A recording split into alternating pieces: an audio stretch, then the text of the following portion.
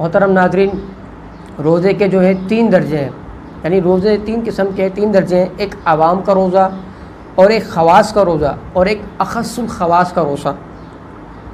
عوام کا روزہ یہ ہے کہ روزے کا لغوی معنی ہے رکنا، الامساک والکف عن الشیء، کسی شے سے رکنا، باز رہنا۔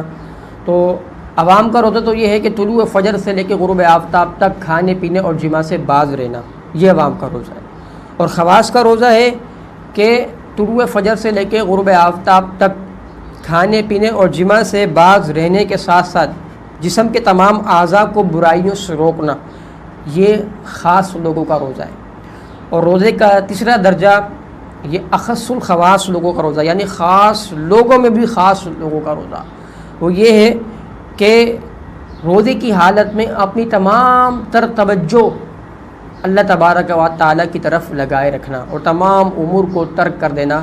روزے کے اندر اپنی تمام توجہ اللہ تبارک و تعالیٰ کی طرف لگائے رکھنا، یہ اخص الخواص کا روزہ ہے۔ آئیے میں آپ کو بتاتا ہوں صوفیہ کرام کے نزدیک روزہ کیا ہے۔ اس حوالے سے میں ایک حوالہ پیش کروں گا کشف المحجوب کا۔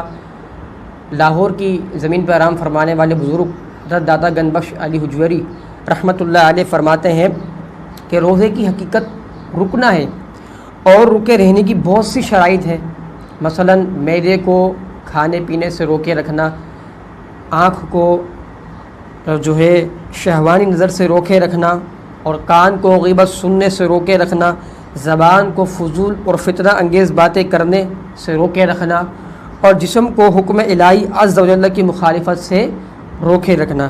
جب بندہ ان تمام شرائط کی پیروی کرے گا تب وہ حقیقتاً روزے دار ہوگا۔ محترم ناظرین،